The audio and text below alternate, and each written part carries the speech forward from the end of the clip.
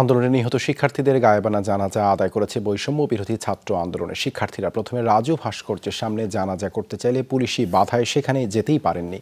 পরে তারা ভিসি ভবনের সামনে গায়েবানা জানাজার নামাজ আদায় করে। পরে কফিন নিয়ে টিএসসির দিকে মিছিল বের করে আন্দোলনকারীরা। রাজু ভাস্কর্যের সামনে টিয়ার শেল, সাউন্ড গ্রেনেড ছুঁড়ে তাদের বাধা দেয় পুলিশ। এ সময় ইটের আঘাতে আহত হন যমুনা টেলিভিশনের সিনিয়র রিপোর্টার ভাস্কর ভাদুরী।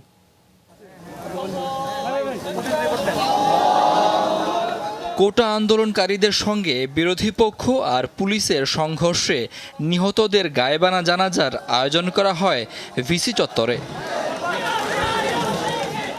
বিকেল 4টায় জানাজা শেষে কফিন মিছিল বের করে আন্দোলনকারীরা।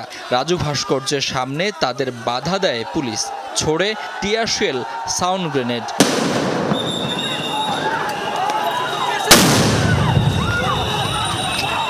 মুহূর্তে ছত্রভঙ্গ হয়ে যায় আন্দোলনকারীরা। পিছু হটে হলগুলোতে আশ্রয় নেয় তারা। সেখান থেকে সংঘবদ্ধ হয়ে আবারও নেমে আসে সড়কে। ইট ছোড়ে পুলিশের ওপর। পুলিশও জবাব দেয় রাবার বুলেট আর টিয়ার শেল দিয়ে। চলতে থাকে সংঘর্ষ।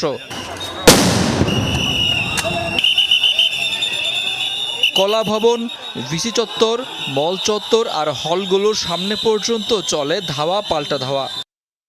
সংঘর্ষে ইটের আঘাতে আহত হন যমুনা টেলিভিশনের সিনিয়র রিপোর্টার ভাস্কর ভাদুরী। তাকে ঢাকা মেডিকেল কলেজ হাসপাতালে চিকিৎসা দেয়া হয়। এর আগে সকাল থেকেই বিশ্ববিদ্যালয়ের সবগুলো প্রবেশ পথে ছিল বিপুল সংখ্যক পুলিশ সদস্যের উপস্থিতি।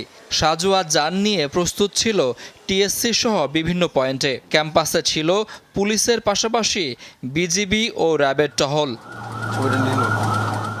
ভাঙচুর করা হয় স্যার এএফ রহমান হলের প্রধান ফটক, নীলক্ষেত মোড়, মল চত্বর ও সূর্যসেন হলের সামনে ভাঙচুর করে আগুন ধরিয়ে দেওয়া হয় 3টি মোটরসাইকেল। বিকেলের পর থমথমে অবস্থার মধ্যে সন্ধ্যার আগে ও পরে রোকেয়া হল সহ বিভিন্ন হল থেকে শিক্ষার্থীদের ছোট ছোট দল বেরিয়ে যেতে দেখা যায় নিজ নিজ গন্তব্যে। সবাই আসলে আতঙ্কিত, এই জন্য আমরা হল ছাড়ার চেষ্টা করতেছি। উদ্বেগ, উৎকণ্ঠা, আতঙ্ক কাজ করছে।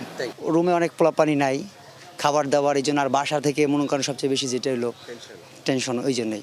শাকিল হাসান, যমুনা নিউজ, ঢাকা।